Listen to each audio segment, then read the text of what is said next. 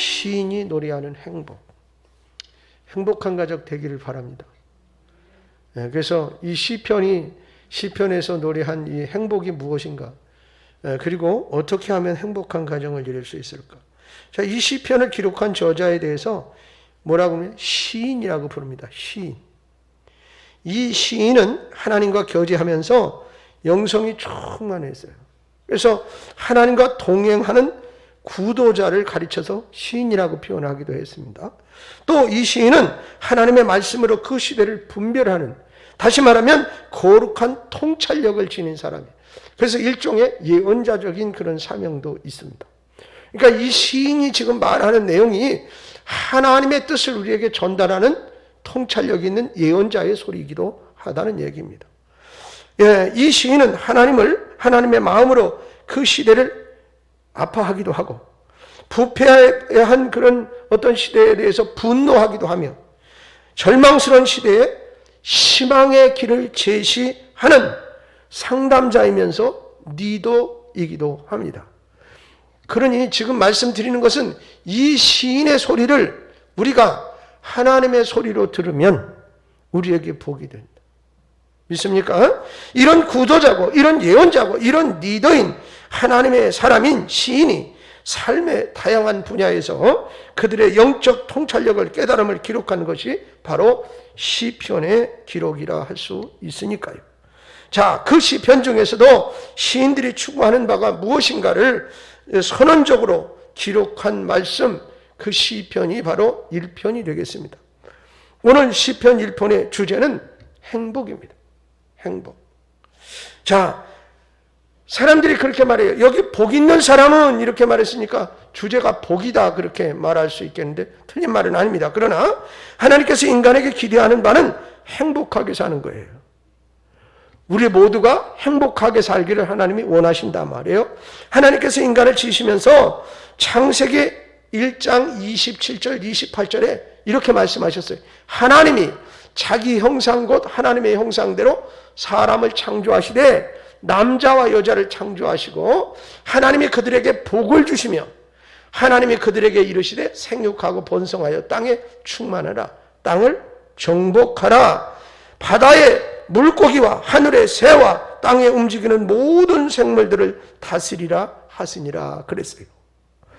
자, 인간이 인생에게 추구하는 모든 행위의 궁극적인 목적이 뭐냐? 행복입니다. 행복은 인간의 희노애락을 노래하는 시인들이 추구하는 최종 결론이기 때문에 여러분, 많은 사람들 중에는 원래 이 시편 1편이 시편의 맨 마지막 150편이 돼야 맞지 않느냐 그렇게 말하는 이도 있어요. 왜? 결론이 행복이니까 행복으로 결론 맺고 싶다는 거예요. 시나리오가 쭉 전개되는데 마지막에 행복으로 권선징악으로 그럴 때 마음이 좀 훈훈해지잖아요. 그렇게 얘기하는 주장하는 학자도 있을 만큼 이 시편 1편이 그 인간의 삶의 주제, 즉 다시 말하면 결론과 같은 행복에 이르는 비결이 기록되어 있습니다. 그러나 오늘 본문 시편 1편을 시편의 맨 앞에 둔 것은 무슨 이유일까? 인생이 추구하는 최우선의 목적이 행복이다 라는 것을 분명히 하나님께서 우리에게 제시해 주시고 시작하시고 있다는 사실을 주목해야 합니다. 본문을 통해서 하나님께서 은혜를 베푸시고 인간에게 기대하시고 인간이 꿈꾸는 진짜 행복이 뭐냐라는 것에 대해서 같이 나눠보려고 합니다. 첫째로 행복은 환경이 아니라 사람에서 시작됩니다.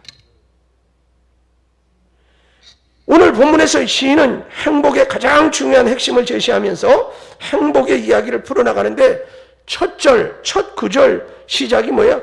복 있는 사람은 이렇게 시작해요. 복 있는 사람은. 근데 이 복이라는 표현인 히브리어는 뭐라고 표현했느냐면 아시레라는 단어를 썼어요. 아시레. 그리고 이건 헬라어 언어는 마카리오스라는 말이에요. 이 말을 직역하면 행복이에요. 근데 우리말 성경에 이걸 복으로 번역했어요. 복으로. 전체적인 좀 더 넓은 범위로 이렇게 번역했는데 정확하게 번역을 하면 행복이 맞습니다. 행복. 그러니까 시편 1편의 주제는 뭐예요? 행복이라 이 말이에요. 여러분, 그래서 이 말을 이렇게 번역하는 게 말이에요. 행복한 사람은 이렇게 번역하는 것이 더 정확한 번역이에요. 우리말로 번역할 때 맞다. 여러분, 인간의 행복은 어디서 오는 것일까요? 이 말이. 그것은 돈에서 오는 것이 아니라 사람에게서 오는 것이라. 예? 여러분 중에 만일 돈이 많아야 행복하다고 여긴다면 그 돈 많은 기준이 얼마입니까? 얼마예요? 예를 들어서 나는 100억 있으면 행복하겠다. 100억 가지면 만족할 것 같습니까? 아닙니다. 더 갖고 싶습니다. 거기에서 머물지 않고 그 다음의 것을 또 추구하게 되는 거예요. 그래서 이게 이런 거예요. 그래서 그 기준보다 또 조금 미달됐다 그러면 행복의 기준이 거기까지 못 갔으니까 그건 어떻게? 불행할 수밖에 없는데 거길 도달했다 그러면 그것으로 만족하면 좋을 텐데 그 다음 것을 제시하면 나는 어떻게? 계속 불행한 거예요. 인간의 욕심이 끝이 없기 때문에 거기가 기준이라면 계속 불행할 수밖에 없어요. 또 그 기준에 도달했는데 그거보다 더 많은 돈을 모았다면 그 사람의 행복은 돈에 비례해서 행복이 더 커질까요? 그렇다면 그 돈이 조금이라도 줄어들면 그 사람은 비례해서 행복이 줄어들었기 때문에 불행한 것일까요? 또 어떤 분야에서 성공해야 행복한다고 여긴다면 그 성공의 목표는 어디에 있습니까? 예를 들면 회사에서 직장 생활을 한다고 칩시다. 어디까지가 목적입니까? 팀장입니까? 아니면 과장입니까? 부장입니까? 상무입니까? 더 나아가 전무이사 아니면 사장입니까? 네. 여러분, 만일 이런 환경이나 조건들이 행복이 된다면 그 조건이 변경되거나 무너지면 이 사람은 어떻게? 행복이 무너진 거예요. 그렇잖아요? 그래서 시인은 행복은 사람에게서 비롯되는 것이지 환경에서 비롯되는 것이 아니라라고 분명히 말하고 있음을 기억하시기 바랍니다. 즉 사람이 행복을 어떻게 만들어가는 것이다. 우리 스스로 행복을 만들어가는 것이다라고 얘기해요. 행복한 사람은 어떤 환경, 어떤 조건에 있든지 그것을 행복하게 바꿔줘요. 만들어간다 이 말이에요. 예? 여러분, 환경을 따라다니는 사람이 아니라 어떤 환경이든 행복하게 바꾸는 사람이 되시기를 주의 이름으로 축원합니다. 할렐루야. 내가 가는 곳이 행복한 곳으로 바꾸면 돼요. 그것이 하나님께서 아브라함을 부르시면서 주신 은혜예요. 창세기 12장 2절 3절 말씀에 보면 내가 너로 큰 민족을 이루고 내게 복을 주어 내 이름을 창대하게 하리니 너는 복이 될지라. 복의 근원이 될지라. 너를 축복하는 자에게 내가 복을 내리고 그리고 너를 저주하는 자에게 내가 저주하리니 땅의 모든 족속이 너로 말미암아 복을 얻을 것이니라 하신지라 그랬어요. 복의 근원이란 말은 행복을 만들어가는 사람이 된다라는 의미예요. 흔히 트러블 메이커가 있고 피스메이커가 있지 않습니까? 평화하던 곳에 어떤 사람이 오면 그곳이 갈등과 다툼의 현장으로 바뀌게 되는 경우가 있어요. 반대로 조금 전까지 서먹서먹하고 어떤 팽팽한 긴장감이 감돌던 그곳에 어떤 사람이 오면 화목하고 평화스러운 현장으로 바뀌게 되는 경우도 있습니다. 그 사람이 곧 피스메이커지요. 여러분, 이처럼 믿음의 사람, 하나님의 사람, 이 사람은 행복을 만들어가는 사람이어야 하는 줄로 믿습니다. 그러니 행복은 환경을 따라가는 것이 아니라 사람이 만들어가는 것이다. 할렐루야. 내가 평화의 사람으로 행복의 사람으로 그 현장을 만들어가는 도구가 되어줘야 하는 것이라 이 말. 두 번째로 누가 그렇다면 행복을 만들어가는 창조하는 사람일까? 시인은 누가 행복을 창조해가는 사람인지 말하고 있어요. 그 말씀이 1절, 2절 오늘 본문에 있는 말씀이에요. 복 있는 사람은, 이 말은 아까 말한 대로 행복을 만들어가는 사람은 악인들의 꾀를 따르지 아니하며 죄인들의 길에 서지 아니하며 오만한 자들의 자리에 앉지 아니하고 오직 여호와의 율법을 주야로 묵상하여, 이 말은 즐거워하여 그 율법을 주야로 묵상하는 사람이라 라고 말하고 있어요. 자, 행복을 만들어가는 사람은 악인의 꾀, 그 다음에 죄인의 길, 오만한 자리를 추구하지 않는 사람이라고 그랬어요. 그러니까 악인의 꾀, 죄인의 길, 오만한 자리란 소위 세상의 흐름을 형성해 나가는 세 가지 요소예요. 행복한 사람은 이런 흐름에 흔들리지 않고 자기의 갈 길을, 자기의 목표를, 자기의 길을 묵묵히 가는 사람, 그런 말. 본문에서 시인은 세상의 흐름을 형성해 나가는 세 가지 요소가 악인의 꾀, 죄인의 길, 오만한 자리라고 말합니다. 자, 결국 이 세 가지 요소를 따르면 불행의 나락으로 떨어질 수밖에 없다라는 말이 되어져요. 첫째로 보면 악인의 꾀를 보자고요. 악인의 꾀. 악인은 꾀가 많습니다. 최근에 100억대의 사기를 저지른 포항의 김모라는 사기 수산업자가 있었잖아요. 텔레비전에 막 나오고 막 그런데, 아니 그건 그냥 검사 뭐 이런 사람도 당했어요.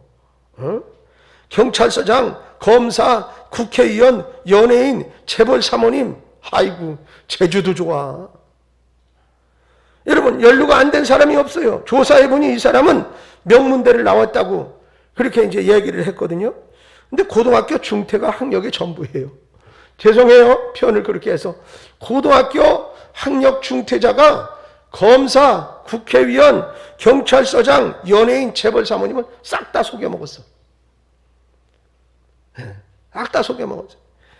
여러분, 그런데 우리 사회에 날고 긴다는 사람들이 이 악인의 꾀에 농락당했단 말이에요. 그러니까 여러분 보면은 가끔은 무슨 이런 신천지나 아니면 이단 이런 세력에 빠지는 사람 보면 아이 다 배울 만큼 배우고 지위도 있는 사람들이 빠져가지고 허덕거리는 경우를 봐요. 왜? 악인은 꾀가 많아. 꾀가 많아. 그래서 그 악인의 꾀에 넘어가면 이렇게 되는 거예요. 여러분, 또 모 저축은행 대표이사를 지낸 김모 씨는 중학교 졸업이 전부예요. 그런데 서울대 법대 동문이라는 타이틀을 내세웠어. 자기가 서울대 법대 졸업했다는 거야. 중학교밖에 안 나온 사람을. 그런데 중요한 거는 뭐냐면 사업 투자를 빙자해서 상륙총 사람들을 다 꿰서, 그래가지고 그 사람들이 엄청난 돈을 거기다 투자하게 하고 그걸 꼬라먹고 어떻게 날라버린 거예요. 이 사건인데, 이 사람은 전 부인이 유명한 언론인이에요. 부인도 얼마나 잘 꼬셨는지 서울대 법대 출신이라고 해가지고 꼬셔가지고 결혼했어. 꼬셨다는 말은 꿰했다는 말이에요, 지금. 그리고 결혼식 때 서울대 법대 학장이 와서 주례를 섰어요. 얼마나 재주가 좋은 사람이야. 자기는 서울대 법대 근처도 안 가서 대학도 못 가봤다니까. 고등학교도 졸업을 못했어. 그런데 서울대 법대 동문인 것처럼 어떻게 그렇게 속였는지 법대 학장이 와가지고 아유 우리 후배 이러고서는 주례를 서줬다니까요. 그러니 그 주변에 많은 사람들이 서울대 법대 학장이 와가지고 주례 서는데, 그러고 소문을 막 냈으니까 아유 저 사람 서울대 법대 나오고 동문인갑다 그렇게 다 생각을 했단 말이죠. 여러분, 어떤 사람이 나 서울대 법대 나왔는데 저 사람 몇 회인지 나랑 졸업 연도가 다르겠구나 이러면 그냥 넘어가는 거지. 어떻게 거짓말을 쳤는지 말이에요. 여러분, 이렇게 묘하게 그 꾀가 얼마나 고명한지 몰라요.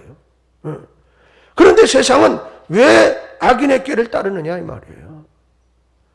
그들도 악인과 같은 욕망을 따르려는 그 욕심이 안에 있기 때문에 그래요. 성경은 이런 악인의 꾀에 대해서 뭐라고 말하는 줄 아세요? 악인은 자기가 판 웅덩이에 자기가 빠진다 그랬어요. 시편 7편 14절 15절 말씀을 보세요.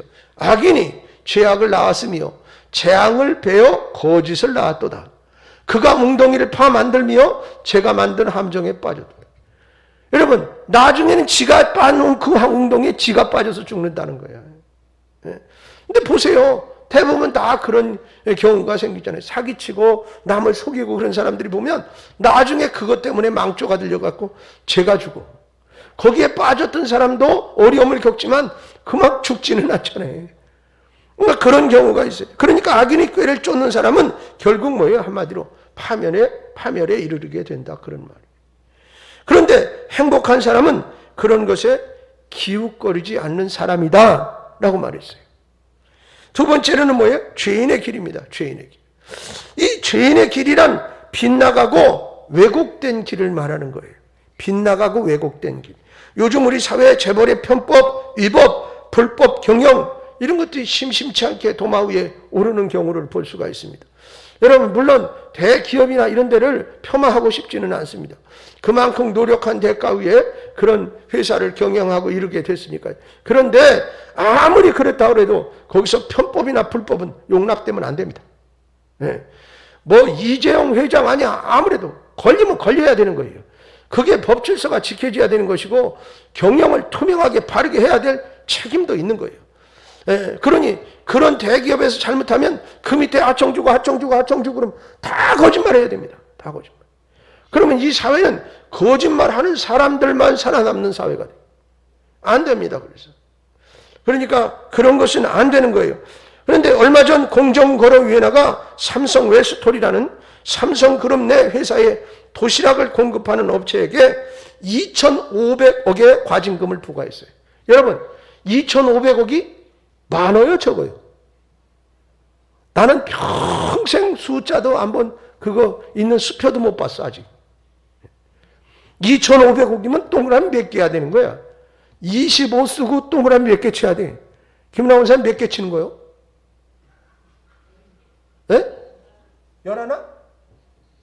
나는 가끔 그런 그 꿈을 꾸면서 하나님 앞에 기도하고 웃으면서 제가 혼자서 하나님, 한 120억 정도만 있어. 120억. 그러면서 제가 동그라미를 치다가 몇 개 쳐야 되는 거지?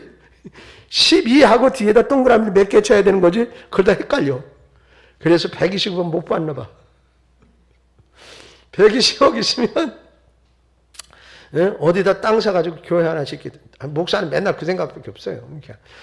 그러면 되겠는데, 120억 갖고 모자랄까? 한 150억 해야 되나? 뭐 이러고 혼자 웃으면서 그럴 때가 있는데, 동그라미 도대체 몇 개죠? 2,500억의 과징금을 매겼어. 처음에는 사람들은, 아니, 무슨 도시락 공급업체에 2,500억씩이나 되는 과징금을 매겨. 그냥 너무 공정위 처사가 불공평한 거 아니요? 이렇게 생각을 할 수 있죠. 그런데 이 회사의 연 매출액이 1조 원이 넘습니다. 1조 원. 도시락 공급하는 회사가 연 매출액이 1억 원이 넘어.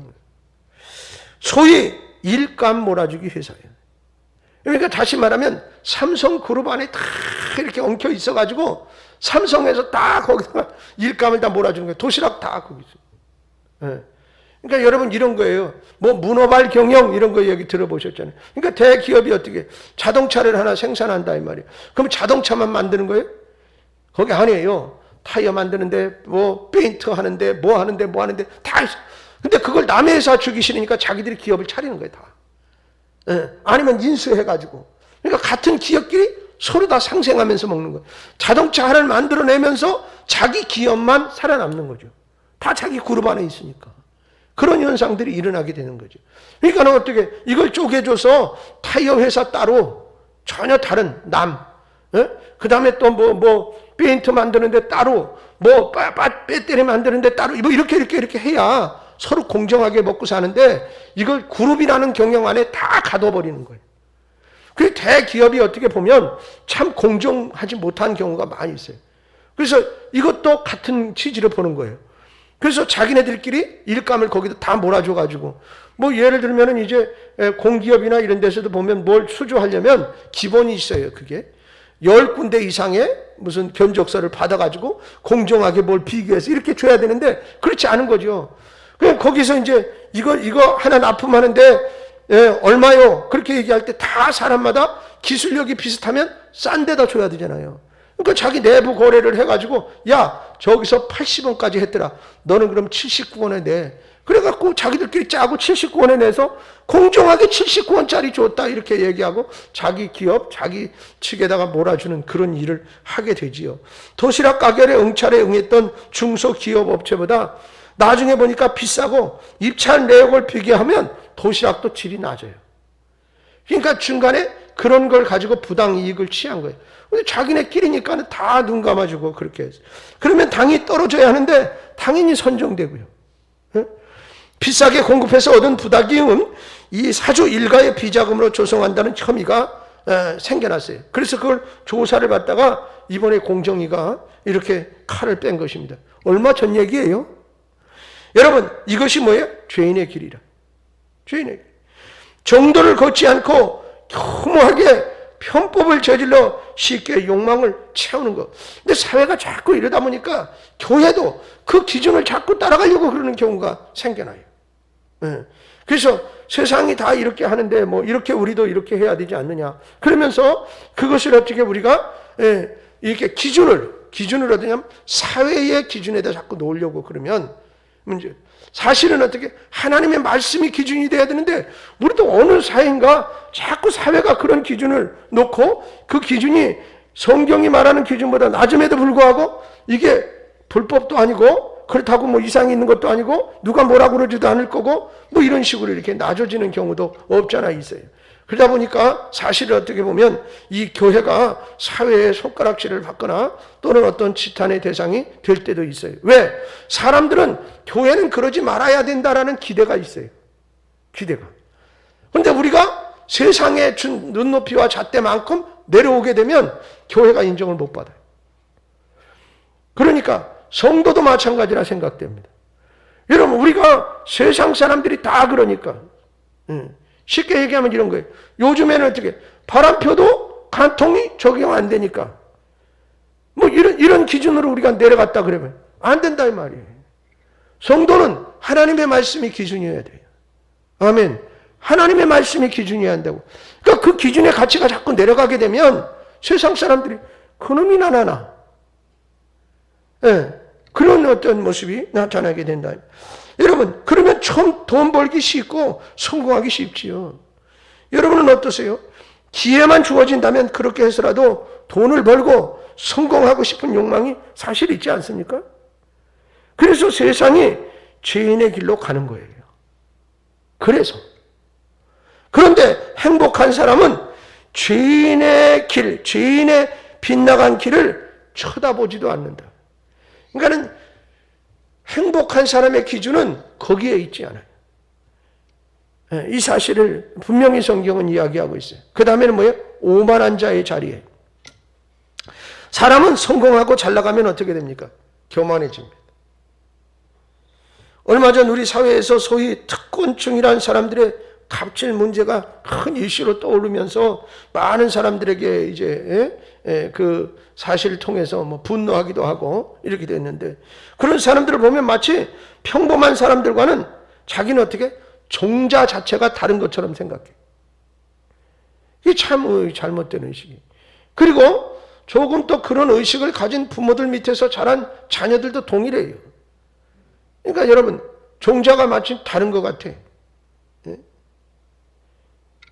국회의원들이 선거철만 되면 90도로 허리를 굽히면서 와서 막 제일 어떤 데 경로당이나 이런데 노인들 모여서 계신데 이런데 와서 그냥 절을 꾸벅꾸벅 하면서 큰 절을 하면서 이제 한 표를 뽑아주시면 그냥 어른들 잘 섬기겠다고 그래요. 그리고 나서 당선돼 봐요. 고개 빳빳이 들고 다니죠. 고개 너무 빳빳이 들다가는 상수리 나무에 걸려서 목이 떨어지는데, 그러니까 그런 현상이 그래요. 여러분, 뭐 국회의원이 국회에서 근무하는 환경미화원 아주머니들이 처우 개선을 위해서 찾아왔어요. 국회 안에서 청소하는 아주머니들, 그분들이 너무 환경이 열악하고 힘들다고 이렇게 찾아왔어요. 그랬더니 그 사람들을 밀쳐내면서 뭐라냐면 당신하고 나하고 똑같은 사람인 줄 알아? 이렇게 얘기했다. 그랬는데 여러분, 아예 거기 그 사람들만 있는 줄 알았는데 기자가 뒤에 따라붙은 걸 몰랐네. 그 기자님이 다 찍었어. 여러분, 그리고서는 이 기자가 화가 난 거예요. 그래서 이 언론에 이걸 노출했더니 그 다음에 선거철에 어떻게 됐어요? 떨어졌어요. 잘 떨어졌지요? 그 세상 사람들이 그래요. 소위 개구리 올챙이 시절 모르는 것처럼 오만한 자리에 그렇게 앉아있게 되는 거죠. 여러분, 역사가 왜 중요한 줄 아십니까? 과거에 그렇게 어려웠던 시절도 우리가 알아야 될 이유가 있어요. 지금 이렇게 된 것은 그냥 된 것이 아니라, 그래서 우리가 교만하지 말아야 된다고요. 여러분, 그런데 행복은 사람은 이런 오만한 자리에 앉지 않게 한다는 거예요. 이 말은 처음과 끝이 변하지 말아야 된다. 변하지 않는다. 그런 의미가 되겠어요. 이 말을 보면 어떻게 세상의 흐름에 흔들리지 않고 그렇게 살 수 있을까라는 의문이 들기 시작을 해요. 그것은 그 다음 말씀이 있기에 가능해요. 자, 본문 2절 보세요. 오직 여호와의 율법을 즐거워하여 그 율법을 주야로 묵상하는도다. 할렐루야. 앞에 언급한 세 가지 요소가 세상의 흐름을 구성하는 요소들이라면 행복한 사람은 자기 안에 그것을 극복할 만한 분명한 기준, 가치를 지니고 있다라는 얘기예요. 응? 그것이 뭐야? 오직 여호와의 율법. 다시 말하면 하나님의 말씀이 그 삶의 절대적인 중심과 기준으로 자리 잡고 있는 사람은 세상의 그 흐름에 편승에 따라다니고 그렇게 살지 않는다. 그러므로 우리 안에 있는 하나님의 말씀이 그를 이끌어서 세상의 흐름에 흔들리지 않게 하시고 또 하나님이 뜻하신 행복을 누리며 살게 되는 것이라. 하나님 말씀에 자기의 인생의 가치를 두는 사람은 세상에 흔들리지 않고 행복을 창조해 가는 사람이 되어지는 것인 줄로 믿습니다. 할렐루야. 마지막 결론, 행복한 사람에게 일어나는 일은 그럼 무슨 일일까요? 여러분, 이어서 시인은 행복한 사람에게 일어나는 일에 대해서도 얘기하는데 3절 말씀이 그것이에요. 그는 시냇가에 심은 나무가 철을 따라 열매를 맺으며 그 잎사귀가 마르지 아니함 같으니 그가 하는 모든 일이 다 형통하리로다. 할렐루야. 앞서 얘기한 것처럼 행복한 사람은 환경에 상관없이 행복을 창조하는, 만들어가는 사람이라고. 시냇가에 심긴 나무, 이 나무는 어떤 경우에 상관없이 시절을 따라 열매를 맺는다는 거예요. 다시 말하면 가물어도 바람이 불어도 열매를 맺고 가뭄이 와도 마르지 않는 시냇물이 있기 때문에 끄떡 없다, 그런 말이에요. 여러분, 말씀을 중심에 두고 흔들리지 않고 사는 사람이 이런 결실을 맺게 된다. 여기 시냇가에 심은 나무, 그 나무는 바로 하나님의 말씀에 뿌리를 내리고 말씀을 중심으로 사는 사람을 가르쳐 말하고 있어요. 여러분, 여호수아 1장 8절 말씀에 이것이 형통함이다 라고 말했는데, 이 말씀을 보면 이 율법책을 내 입에서 떠나지 말게 하며 주야로 그것을 묵상하여 그 안에 기록된 대로 다 지켜 행하라. 그리하면 내 길이 평탄하게 될 것이며 내가 형통하리라. 할렐루야. 지금 여호수아서 1장 8절이나 오늘 본문 3절이나 일맥상통함이 있어요. 여러분, 우리나라는 1960년대 1인당 국민소득이 1,000불 이하였어요. 세계에서 최빈 국가 중에 하나였습니다. 그 시대에 태어나신 분들이 많았어요. 그때가 사실은 베이비붐 세대이기도 하고, 그러니까 60년대를 기준으로 해서 그 전후 세대들 말이에요. 그러나 지금 경제 규모가 어디냐? 세계 7위예요. 1인당 GNP가 3만 불을 막 넘어섰어요. 실질 소득에서는 일본을 앞서 시작했다. 실질 소득에서. 그러니까 일본이 얼마나 열받겠어요. 배 아프고. 과거에 자기네 나라의 식민지 노릇까지 한 대한민국인데, 이게 만만하지 않은 거예요. 역사를 훑어볼 때 호락호락하죠. 중국은 어떻습니까? 우리나라가 왕이 되면 중국 가서 허락 맡아서 왕 할까요? 그러고 우리나라 이름을 뭐라고 질까요? 가서 허락 맡고, 자식을 낳으면 자식의 이름까지 허락 맡았어요. 중국 가서. 그 역사의식이 중국 사람에게는 있어요. 그래서 지금 경제적으로는 훨씬 우리보다 못 미치면서도 그 의식이 어깨에 있어서 중국 사람들이 대국 이러면서 한국 사람 은근히 무시하는 그런 결론입니다. 한국에 와서 노동 팔고 그러고 살면서도 말이에요. 그게 역사예요. 그 의식. 여러분, 그러니까 일본하고 우리나라가 하나 돼가지고선 상생하면서 막 이렇게 산다는 게 만만하지 않습니다. 일본 사람에게는 그런 의식이 있는 거예요. 자꾸 교육을 시키니까 우리가 과거에 이제 한국에 어떻게 식민지에서 아예 뭐 철도도 놔주고 다리도 놔주고 학교도 줘주고 병원도 줘주고 이랬다고 얘기. 근데 그게 아니잖아요. 물건 훔쳐가느라고 기찻길 놓고 항구도 어떻게 지네들이 뭘 훔쳐가느라고 다 거기다 했는데 필요에 의해서 했지만 남겨놓고 갔잖아요. 그러니까 자기들이 그 근대 건설을 많이 해줬다고 얘기하는 거예요. 물론 그것도 무시는 못합니다, 사실은. 예, 그런 것들을 만들어 놨기 때문에 그런 뭐 이것도 있지만 여러분 대한민국을 그냥 사실은 그냥 식민지 생활 안 하고 놔뒀더라면 뭐 더 좋은 일이 일어났을 수도 있는 거잖아요. 그럼에도 불구하고 그들은 자기들의 심의 논리 앞에 그렇게 설명을 하고 그런 자부심을 갖는 거예요. 예, 그러니까 일본 사람들은 한국 사람들 딱 보면 늘 한 수 아래로 내려다보려고 그래요. 그래서 일본하고 무슨 스포츠 경기 붙어봐요. 한국 사람 지고 나면 난리 납니다. 예? 걷어치워라 때려치워라 막 왜? 실력이 안 돼서 졌는데도 그런다고. 왜 일본한테 지느냐 이거야. 왜? 우리 안에 그런 한이 있어서 그래. 그나마 그거라도 이겨야 조금 속이 시원하거든. 예? 그런데 지금은 어떻게? 실질 소득에서 일본으로 앞섰단 말이에요. 그 일본은 얼마나 배가 아프겠어요. 이런 경쟁 사회 속에 살아가다 보니까 사람들이 자꾸 편법을 쓰려고 그러고 뭔가 이렇게 그러려고 그래요. 여러분 그런데 거기까지 올라가는 거 좋은데 오전에도 말씀드린 것처럼 OECD 국가 중 노인 빈곤율, 자살률, 청소년 사회 불만족도, 이혼율, 청소년 자살률 세계 1위요. 그러니까 이 말은 뭐예요? 굉장히 많은 과도기 속에 우리가 있는 거예요. 너무 급하게 성장 일변도로만 가다가 보니까 사람의 이런 기본적인 본성과 이런 걸 가르치는 일에 실패했어요. 그러니까 지금이라도 정신을 바짝 차리고 그런 교육에 집중을 해야 된다고. 그래서 수많은 학자들이 뭐라고 얘기하냐면 대한민국은 인문학이 너무 약하다 이런 말을 계속해요. 인문학 가지고 벌어먹지 못하잖아요. 그러니까 주로 어디에 공대 나와야 되고 무슨 이런 기술을 익히는 걸 해야 이 사회에서 벌어먹고 살지. 인문학 전공해가지고 뭐 어디 사회 나가서 먹고 살고 있어. 그러니까 그런 의식이 우리에게 있는 거예요.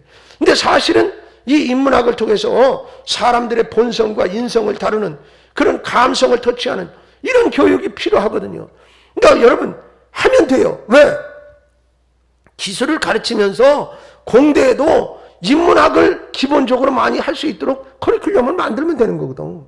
한두 과목 더 넣어서 기본적으로 패스하게 하면 되는데 그걸 안 되니까. 그러니까는 그냥 사람을 어떻게 마치 기계처럼 움직여야 되는. 그래서 이게 뭐예요? 돈벌이 기계예요? 아니거든요. 그러니까 거기서 자꾸 행복을 놓치게 되고 또 여러 가지 이제 어려움을 갖게 되는 그런 것을. 그러니까 이걸 안 하다 보니까 이 과도기 현장 속에서 이런 안 좋은 것도 무슨 뭐 그냥 자살률 1위 뭐 1위 이런 거 안 좋은 것 1위 하는 것 좋지 않잖아요.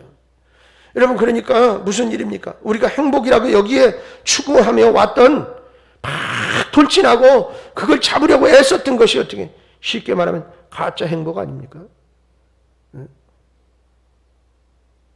여러분 그것이 행복이라고 열심히 따르다 보니까 자식이 자살해서 죽어. 그게 행복이요?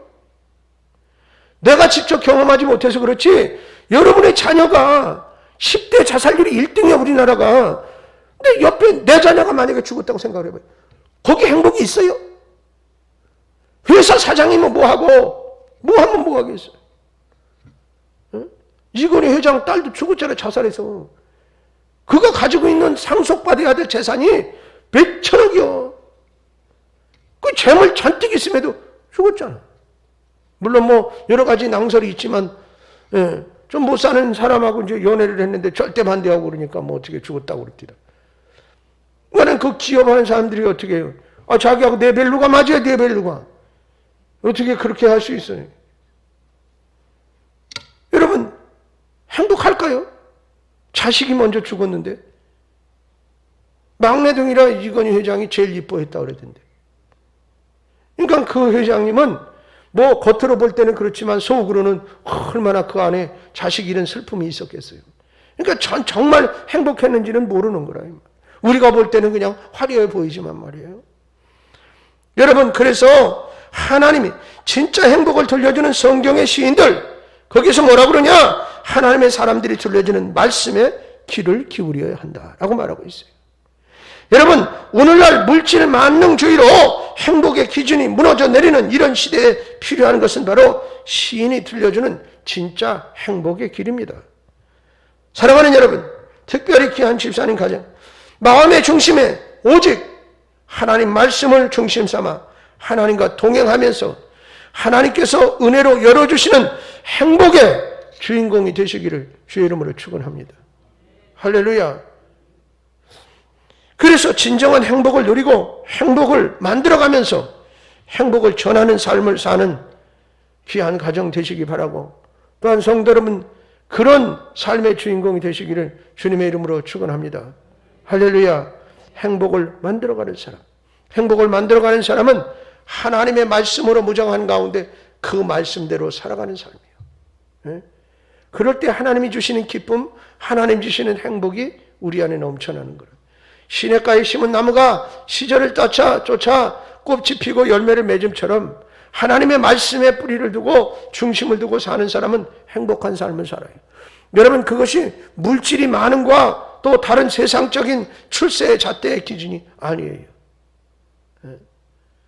여러분, 하나님이 필요하신 것은 하나님이 채워주시는 줄로 믿습니다. 할렐루야. 돈이 아무리 많으면 뭐합니까? 건강을 잃어버리면 아무것도 아니고, 불행한 일을 한 번 만나면 심장이 털컥 내려앉는 것을. 여러분, 하나님의 말씀이 내 안에 가득할 때 가장 행복한 사람이고, 그 말씀으로 위로를 받을 때 어떤 것도 극복하며 승리할 수 있어요. 여러분, 이 행복을 누리시는 여러분이 되시기를 간절히 주님의 복된 이름으로 축복합니다.